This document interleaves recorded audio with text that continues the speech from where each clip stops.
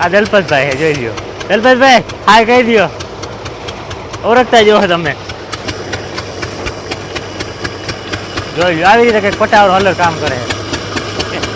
આ હે ને જો ઓલી બેલ્ટ છે ને એ ચોટી ગઈ છે, પટો નથી ફીરતો. જોજો કરી આવું.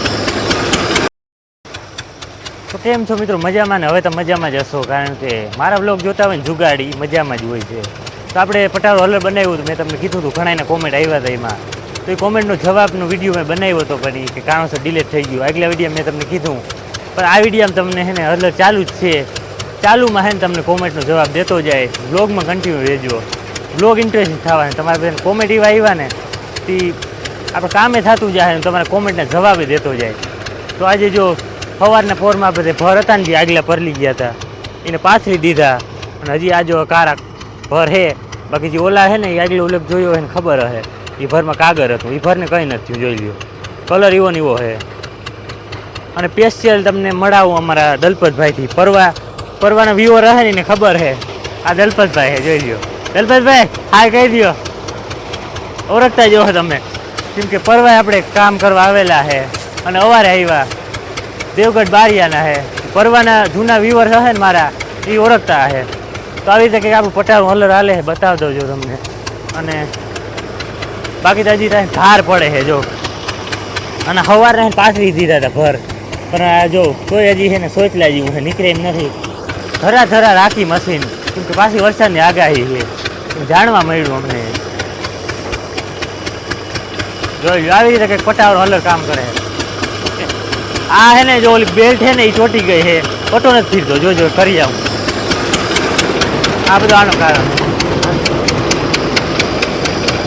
બહુ લૂઝ છે આ બેલ્ટ, પટ્ટી બહુ લૂઝ છે જો, એના કારણે થયું આવું બધું. બાકી કે વાંધો નથી આવતો. અને જોયું આવી કંઈક માંડવી આવે છે. આજે પર બગડો હતા એની માંડવી છે જો. માંડવી કંઈ નથી મને પોતનું ઓલું થઈ ગયું.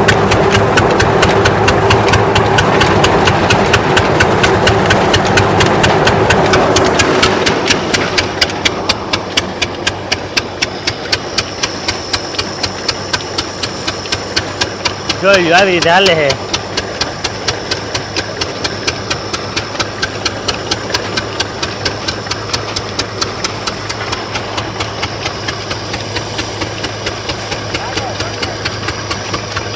જો આ પટ્ટી છે ને ઢીલી છે એને કારણે ફીટ થઈ ગઈ.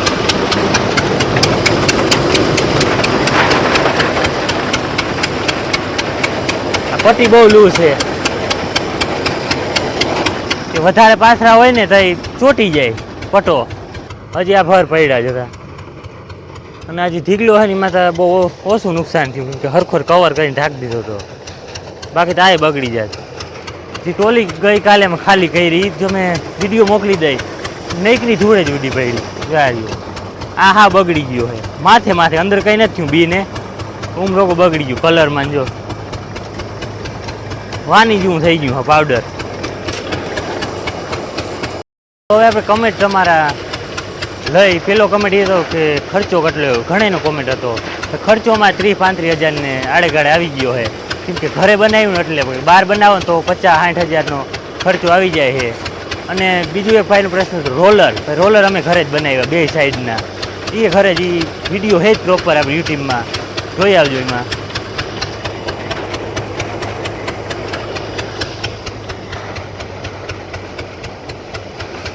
જોઈ લો. દલપતભાઈ જો તમે કામના નામે છે ભાઈ.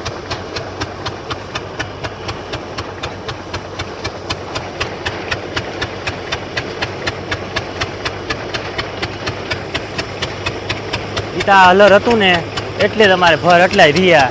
બાકી તમારે ઘણું પડ્યું હોય, કેમ કે માણસો તો કોઈને જડતા ના હોય ટાણે, અને જે ઘરના માણસો હોય ને એ હલરમાં પુરવાર ના થતો હોય એનો.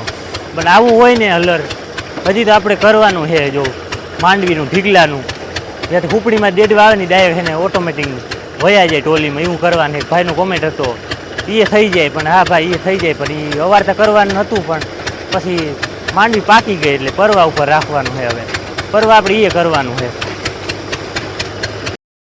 તો પાછો જો મારા કામમાં લાગી ગયો. મારું કામ છે ભૂકો દાબવાનું. ઘણો ભૂકો ફેલ થઈ ગયો આમાં. બારો કાઢીને જો આપણે એવા નાખી દીધો. ખાતર થયું હોય બીજું કંઈ નહીં. એ અમારે ફાયદો છે ઉમતા, કેમ કે ખાતર નાખ્યું ને તો એ જેવડા ઢીકલા થાય, પણ એ નુકસાન નથી, ફાયદો છે. પણ હવે ભૂકો ખાય કે ના ખાય ખબર નહીં માલ, કેમ કે ઓલું ઢાકલ હતું ને તરપાલ, સાગર હોત ને કંઈ ના થાય. હવે આ ભાઈનો કોમેન્ટ એ છે કે ભાઈ તમે સારી માહિતી દો હો ને, તો થેન્ક યુ ભાઈ. માહિતી દેવી પડે ને, કિસાન એકલો શું કરે, અને પણ ધારે ને તો ગમે ઈ કરી શકે. તો આવો જુગાડ કરવા જેવો છે. બાકી આવું માવઠું પડે ને તો માણસો ના જડતા હોય તો ઘર મેળે હલર તો હાલે, અને હજી ઘણું આમાં ઓટોમેટિક થઈ શકે છે. તો એ આપણે બધું કરવાનું જ છે. કિસાનનો દીકરો ધારે તો હું ના કરી શકું, બધું કરી શકું. અને આ ભાઈનું કેવું એમ છે કે ભાઈ ગીતાના ઓપનરમાં થઈ જાય. ભાઈ આ અમારે ગીતાનું જ ઓપનર છે, આ ગીતાનું ઓપનર થઈ જાય છે. આ છે ને અમારે ગીતાનું જ ઓપનર છે. જો કમ્પ્લેટ હાલે છે, અને ઘરે બનાવેલ વસ્તુથી સક્સેસ થાય ને અલગ જ આનંદ આવે છે. પિતાજીને બનાવ્યું સક્સેસ થયું હોય ને એને જ ખબર છે. અને બીજા ભાઈનું કોમેન્ટ હતો કે ભાઈ 2.5 ઓપનમ થઈ જાય. ના થાય ભાઈ, કેમ કે એ સાઈઝનો પટ્ટો નથી આવતો. એ પટ્ટો આવે ને સાઈઝનો તો એમાંય થઈ જાય. બાકી થઈ તો જાય, પણ એ બધું તમારે પોળું કરવું પડે, એ પટ્ટાના માપનું, તો થઈ જાય. અને આ ભાઈનું કોમેન્ટ છે કે ભાઈ તમારું ગામ કયું. અમારું ગામ સત્તા પર છે ભાઈ, કલ્યાણપુર વિસ્તારમાં આવેલું છે, જેને ધક્કાધાર નામથી વધારે ઓળખાય છે. એ મારું ગામ છે. બાકી તો ભગવાટી બોલે છે. પણ જે આ ફરમાં છે ને તકલીફ પડે, પછી ઓલા ફર છે ને એમાં જરાય તકલીફ નહીં પડે, કેમ કે એ તો કાગળવાળા છે, અને એટલી કાઢવાય તો નીકળે. પણ આજે ઘારવાળા છે ને પેલા કાઢી લે, પાછો વરસાદનો રાઉન્ડ આવે છે કીએ છે, બાકી તો ખબર નહીં. અને આ ભાઈનું કેવું એમ છે કે ભાઈ આને કહેવાય એન્જિનિયર. તો એન્જિનિયર નહીં ભાઈ, આમાં તો ગમે એને મગજ મારી શકે. જો અને આ ભાઈનું કોમેન્ટ એમ હતું કે ભાઈ તમે ટ્રેક્ટરમાં કઈ રીતે જોતો. ટ્રેક્ટરમાં ના જોતે ભાઈ, જે આની હૂક છે ને એ ખાપિયામાં જૂતે છે. બાકી ટ્રેક્ટરની ટોલી જોડવાનું હૂક હોય ને એમાં ના અલગ જૂતે છે, કેમ કે અમારે પટાન સાઈઝ બહુ જબરી છે, મોટી છે. જો એટલે ટ્રેક્ટર અડી જાય છે, એટલે ખાપિયામાં છે ને જૂતે છે. એમાં ખાપિયામાં જે હોલ હોય ને એમાં પીન નાખી દેવાની, એટલે હાલી જાય. અને જો આવી કંઈક માંડવી નીકળી આવી, પરલી ગયા હતા ને ફરી, એટલે હું તો ઢાઈકા હતા. પણ જો આ હે ને ઢાકલ હતું, એટલે આમાં રીજી પાણી રીજીને પરલા ભર. અને આ જે ટોલી માંડવી હતી ને એ છે જો એ બિયારની અલગથી છે ને સાચવી રાખી હતી માંડવી, પણ એ કંઈ કામ ના આવ્યું. આજે તમે વિડીયો જોઈ શકો છો, આ ઉપર ટોલીમાં નીકળી છે ને દુખે જ ઉડી પડી, એવી માંડવી બગડી ગઈ. એટલે બગડી જ નહીં, માથે રોગી એવી થઈ ગઈ. બાકી બીમાં કંઈ નુકસાન નથી થઈ. તો એ આ ઢગલો છે જો.